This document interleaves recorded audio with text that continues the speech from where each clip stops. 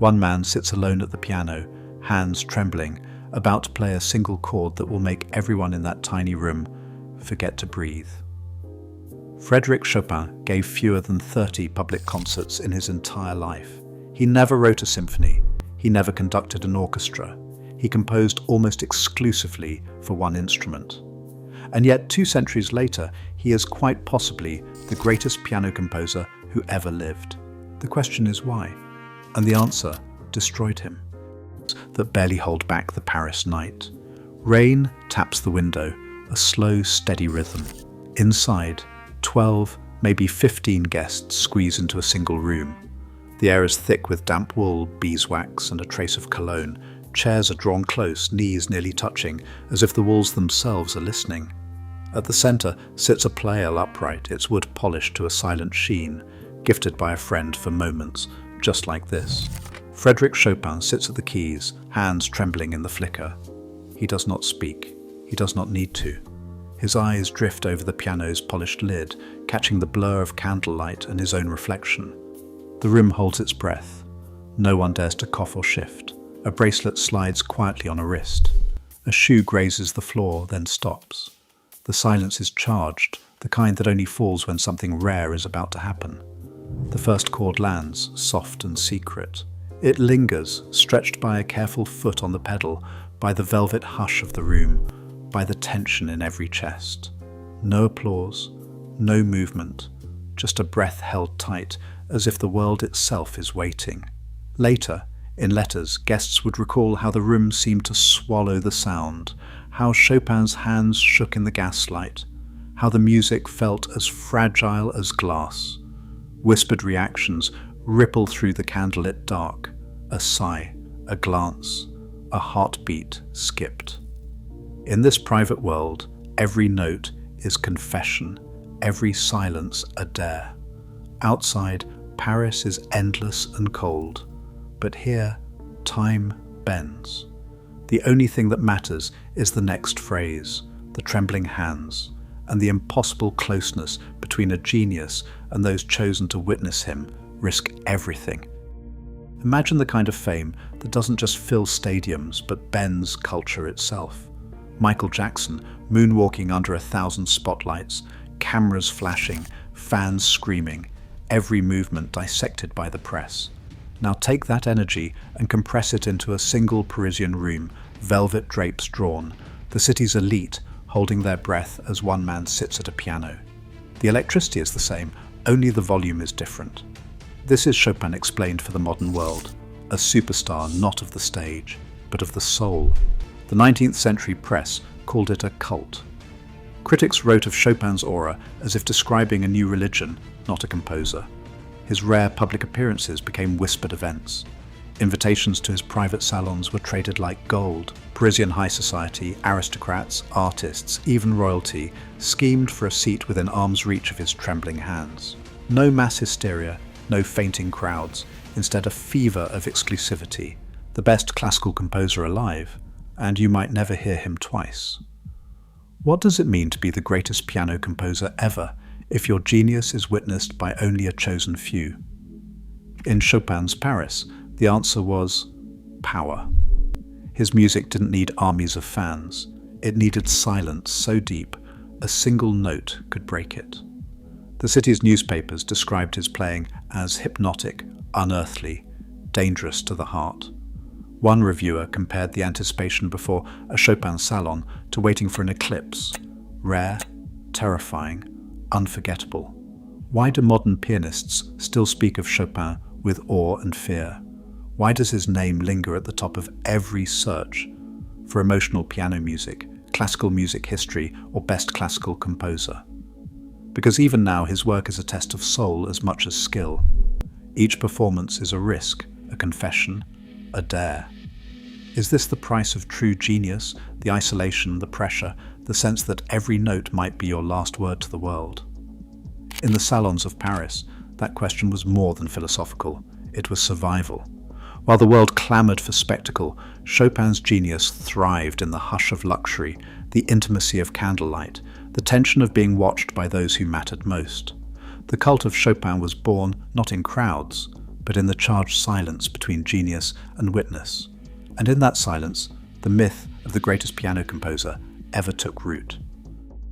A Chopin salon was not just a concert, it was a ritual, a high-wire act of etiquette and coded power, where every guest understood the unspoken rules, arrive precisely on time, speak in whispers, never interrupt the music, and above all, never applaud between pieces. The invitation itself was a signal, proof you belonged to a world where taste, money, and lineage collided in velvet-draped secrecy. In these rooms, silence was currency, and the price of admission was knowing how to listen. A cough could exile you. A misplaced glance, a careless sigh, might cost you your standing for the season. Letters from the era describe a choreography of glances and gestures. Chopin, always the observer, watched as aristocrats and artists navigated the maze of Parisian high society. He wrote of guests who listened as if to a confession, and of the pressure to deliver a performance so intimate it felt like a secret shared with each listener alone. The salons were governed by strict codes, chairs arranged in tight arcs, no one speaking above a murmur, eyes fixed on the pianist's hands. The hostess would nod, and only then would the music begin. The room, heavy with expectation, became a crucible for genius. Inside this hush, Chopin's music drew its power. He did not play for the masses. He played for those who knew the difference between showmanship and revelation.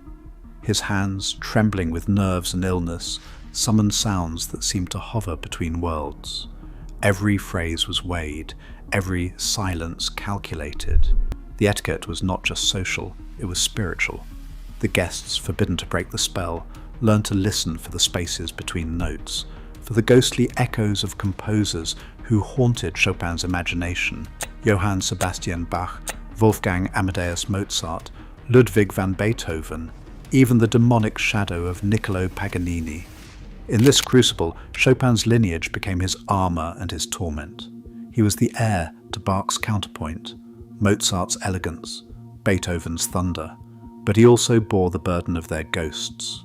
Every note was a negotiation with the past. The salons demanded not just technical perfection, but a kind of psychic tightrope walk, balancing the weight of tradition, the scrutiny of elite society, and the terror of personal failure. Letters from guests describe the pressure. To cough was to betray the music. To move was to risk banishment.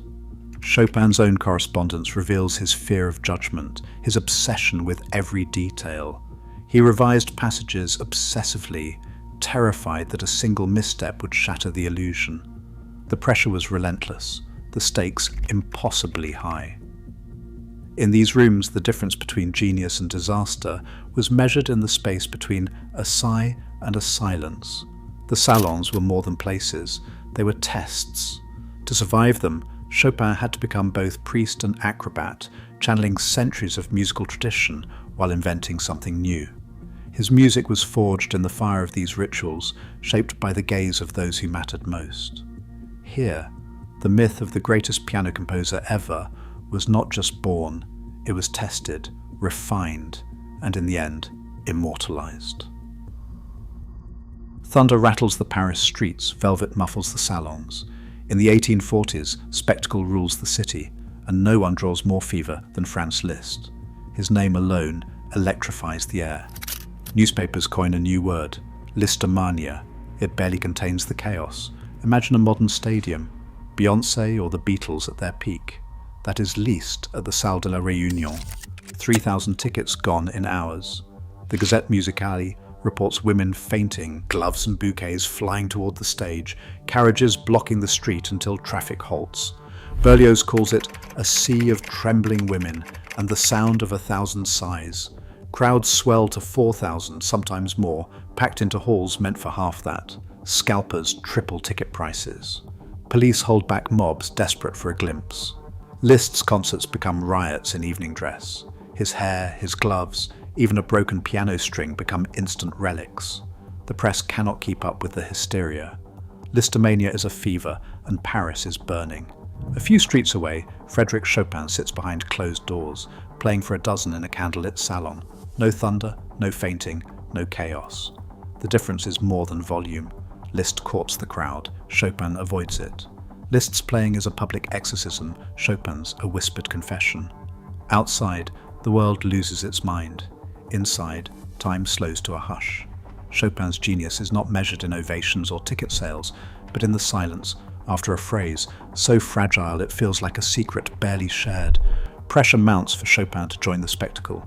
Friends urge him to play the grand halls, to claim the adoration that seems his by right.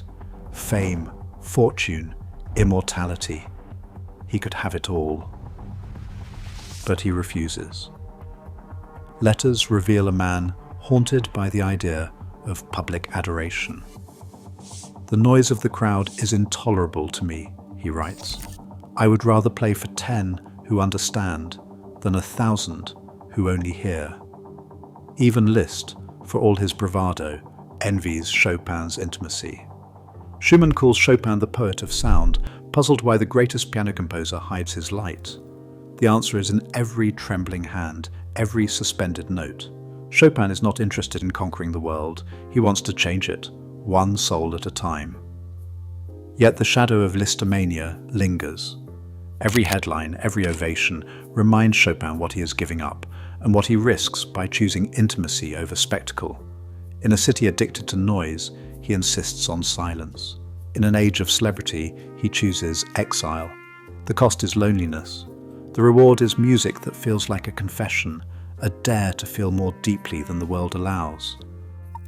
A child's footsteps echo on rain-dark cobblestones, splashing through narrow alleys of Warsaw.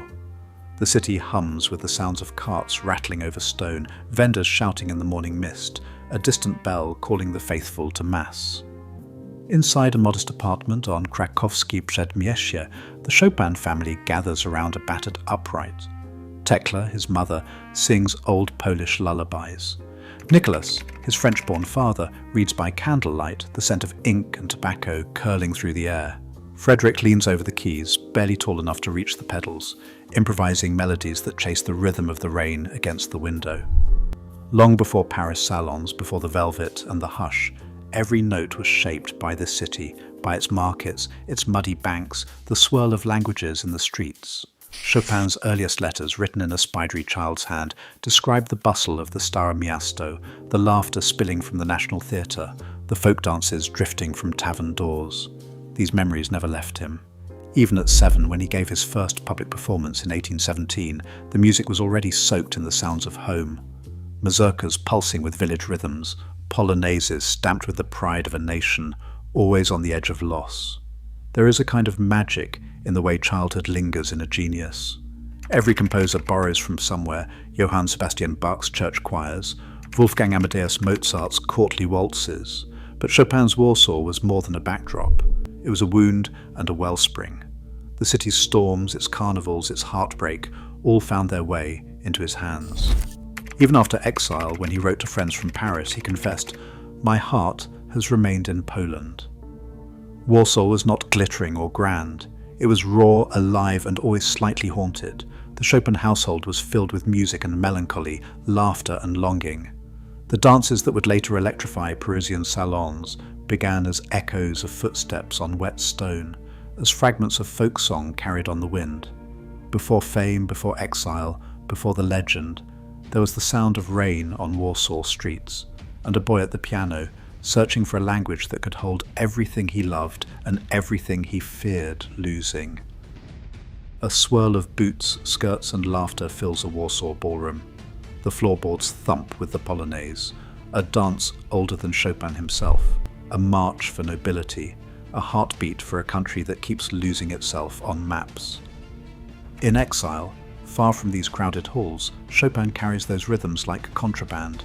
He transforms them, smuggling the Polonaise and Mazurka into Parisian salons, disguising coded patriotism as piano poetry. Listen to the Polonaise in A-flat major, Opus 53, the so-called heroic. It is thunder and velvet, a parade in octaves, a fist raised by a man who cannot go home. The left hand stamps out the Polonaise rhythm, long, short, short, long, short, short, like boots on parade ground. The right hand soars and spirals as if longing for something just out of reach. Audiences in Paris, many of them exiles too, weep as the final chords crash down. They know what it means to miss a country so much it aches in the bones.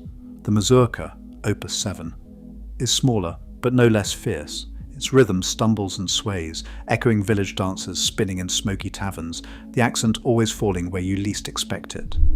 Chopin twists the folk melody, stretching it into something both homesick and wild. He plays with time, bending the pulse until the music feels like memory itself, half remembered, half invented. In letters, he calls these pieces My Poland. For Chopin, dance is not just entertainment, it is survival. The Polonaise becomes an anthem for a nation erased by empires. The Mazurka is a postcard from childhood, smuggled into every Paris night. Even when the salons glitter with French gold, the music is full of Polish earth. The rhythmic cells, those stubborn, syncopated patterns, are a form of resistance. Every phrase is a coded message, I remember. I belong. I endure. Critics and composers, Liszt, Schumann, even Rachmaninoff, stand in awe of how Chopin wields these dances, not as nostalgia, but as transformation. He takes the raw material of folklife and turns it into the DNA of the Romantic era. The best classical composer, the greatest piano composer ever. For those who hear the longing beneath the surface, there is no question. Chopin's music is a secret homeland preserved in melody and rhythm, waiting for anyone who has ever felt lost to find their way back. A single chord can tilt the ground beneath your feet. In Chopin's world, harmony is a loaded gun, and he pulls the trigger when no one expects it. Listen to the Ballade No. 1 in G minor. The melody floats, haunting and familiar, but then, without warning, the music pivots. G minor should resolve to something safe, but Chopin slides sideways to E-flat major, a chromatic mediant move that leaves listeners suspended in mid-air. The cadence you are waiting for never comes when you expect it. Instead, he delays the landing, stretching tension until the room itself seems to vibrate. Rink and Thompson's studies map these harmonic detours. Diminished sevenths unravel into French sixths, common tone modulations blur the edges of the key, and every expectation is subverted. The effect is physical. Listeners grip their chairs, hearts racing, as if the music might never find its way home. Hector Berlioz called Chopin's harmonies dangerous to the heart. Hans Zimmer, the film composer behind Inception and Interstellar, admits he steals these tricks. Zimmer's most famous themes, like the slow, aching build in time, owe their suspense to the same harmonic sleight of hand. Chopin's destabilization is now the language of cinema, the feeling that anything could happen, that the world might dissolve under your feet. This is not just Romantic era music, it is the DNA of every great film score, every moment in a thriller when the hero hesitates on the brink. No composer before Chopin dared to make the piano sound this uncertain, this alive. The delayed cadence is a dare, a question that hangs in the air, unanswered. It is why pianists fear and worship him. Why the greatest piano composer ever still feels modern, dangerous, and utterly unpredictable. In Chopin's view, harmony is not just structure, it is a psychological weapon, and no one wields it with more precision or more nerve. The piano inhales, not with lungs, but with time. In Chopin's hands, the keyboard breathes, notes stretch, contract, and sigh like a living voice. This is rubato, the art of borrowed time. To the untrained ear, it's a whisper of freedom. To those who know, it's the secret heart of emotional piano music, the reason his nocturnes and ballades haunt listeners long after the final chord fades. Frédéric Chopin didn't invent rubato, but he made it essential. In his scores, the right hand floats ahead, pulling the melody forward, then hesitating, as if remembering a lost love or a childhood street. The left hand, steady as a pulse, grounds the music. This push and pull, melody leaning into the future, bass anchoring the past, creates a tension you can feel in your chest. Scholars have measured it, mapping the timing gaps in performances of the Nocturne Opus 15 No. 2. The results are visible. The melody arrives early, lingers late, dances around the beat. Every phrase is a question, every pause a held breath. It's more than technique. Chopin's rubato is psychological. The performer becomes both singer and listener, shaping each phrase as if telling a secret in the dark. The audience, caught in the suspense, waits for the resolution. No other composer, Mozart, Beethoven, even Liszt, demands this level of intimacy. The pianist risks everything. Too much freedom, and the music falls apart. Too little, and it suffocates.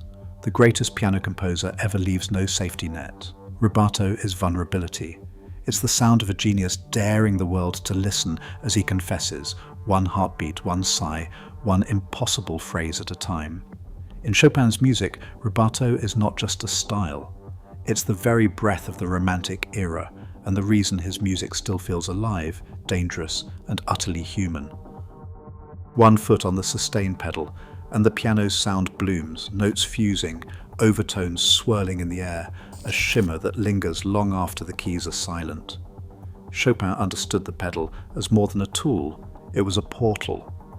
He listened as the overtone spectrum shifted, each chord vibrating with hidden voices, the resonance so rich on his playel that listeners claimed the music haunted the walls. Critics whispered about sorcery, but Chopin's approach was methodical. He studied how the pedal could blur, blend, and transform, turning the instrument into a living echo chamber. His Études, Opus 10 and Opus 25, are not just technical hurdles but miniature dramas, each one sculpted around a single idea. The revolutionary Étude, Opus 10 No. 12, unleashes a storm in the left hand, and the Black Key Étude, Opus 10 No. 5, sparkles with a cascade of notes, each one catching the pedal's glow. These pieces demand more than skill. They ask the pianist to become a sound engineer, a poet, and a risk-taker, balancing clarity and chaos with every press of the foot. Chopin's manuscripts are dense with pedal markings, such as pedal notation, asterisks, and lines stretching across bars, each one a precise instruction. Early editors tried to simplify, but Chopin insisted on detail, obsessed with how every overtone would ring. Modern spectrograms confirm what he sensed. The pedal is not an accessory, it is the instrument's soul. In Chopin's hands, the Étude becomes a confession, a test of flesh and spirit, where a single chord can hold the weight of a lifetime. Ink stains, erasures, and torn corners. Chopin's manuscripts look more like battlefields than blueprints. Each page is a storm of crossouts, arrows, smudged corrections, and frantic rewrites. In the margins, fragments of melody are circled and then slashed out. Whole bars vanish beneath thick black lines. Sometimes he would spend hours on a single measure, only to rip it out and start again. The paper itself seems to tremble with anxiety, as if it can barely survive his demands. He wrote and rewrote, not just for technical brilliance, but for something deeper, a phrase that could carry the weight of exile, longing, and hope. Scholars have counted as many as 10 drafts for a single passage. In the Ballade No. 1, entire sections appear, disappear, then reappear in altered forms. The autograph of his Études reveals obsessive layering, notes penciled over ink, pedal markings added, then erased, then restored. It's not the work of a composer content to let inspiration flow. It's the labor of a man haunted by the idea that perfection is always just out of reach. This is not the neat, clean genius of Mozart, dashing off symphonies in a single night. Frédéric Chopin was at war with the page. Every note was an act of survival, every revision a confession of doubt. He called himself the cursed perfectionist. His friends watched him sweat over a single chord, his health unraveling as he fought for a sound only he could hear. The result? Music that feels inevitable, effortless, until you see the scars left behind. The greatest piano composer ever didn't just create beauty, he bled for it, one erased bar at a time. A cough in the night, fever burning through the sheets. Chopin's brilliance always came at a cost. His hands, so precise at the keys, trembled with fatigue. By 1838, perfectionism had become a kind of illness. Chopin revised a single bar until the paper wore thin, convinced that one mistake would reveal everything he tried to hide: homesickness, fear, the ache of exile.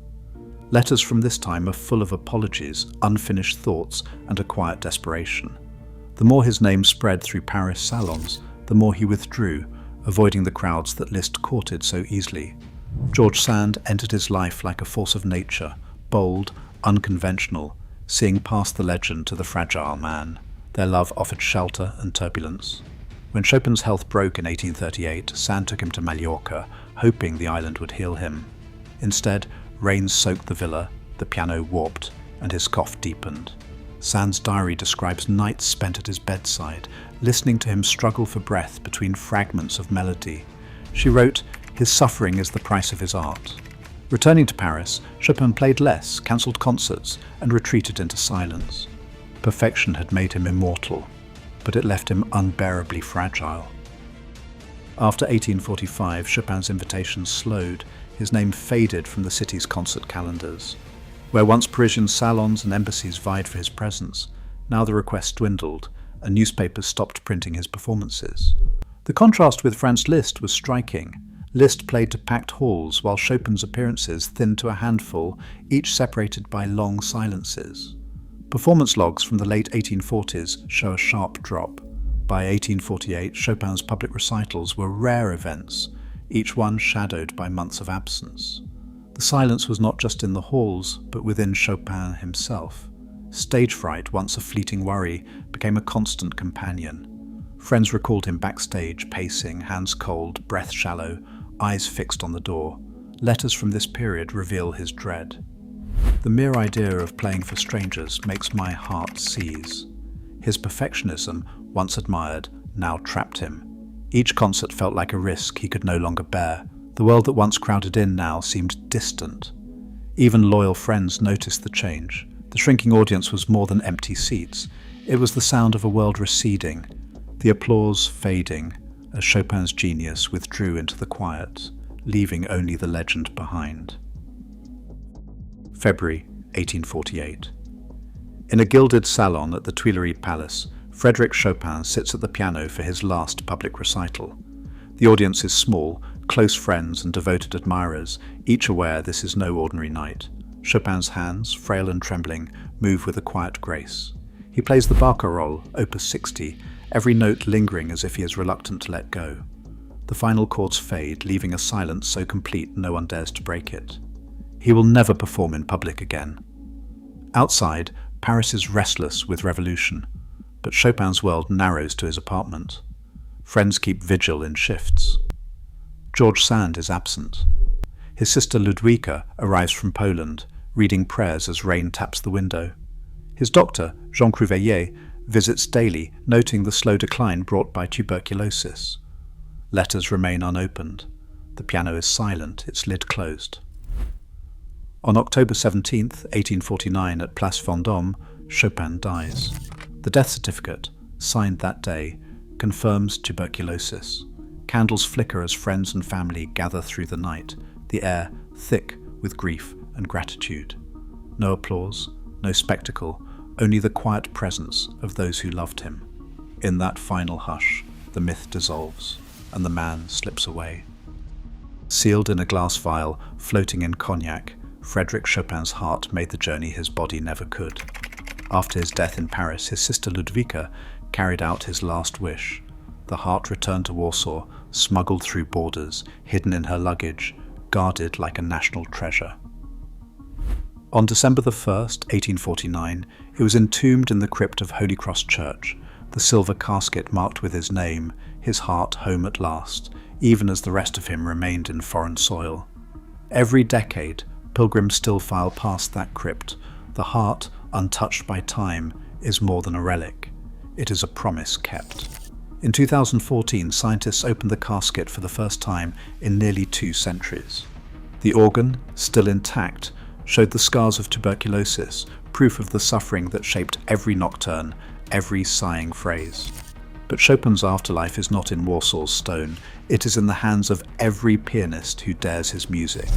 Sergei Rachmaninoff confessed he owed his own lyricism to Chopin's nocturnes, calling him the poet of the piano.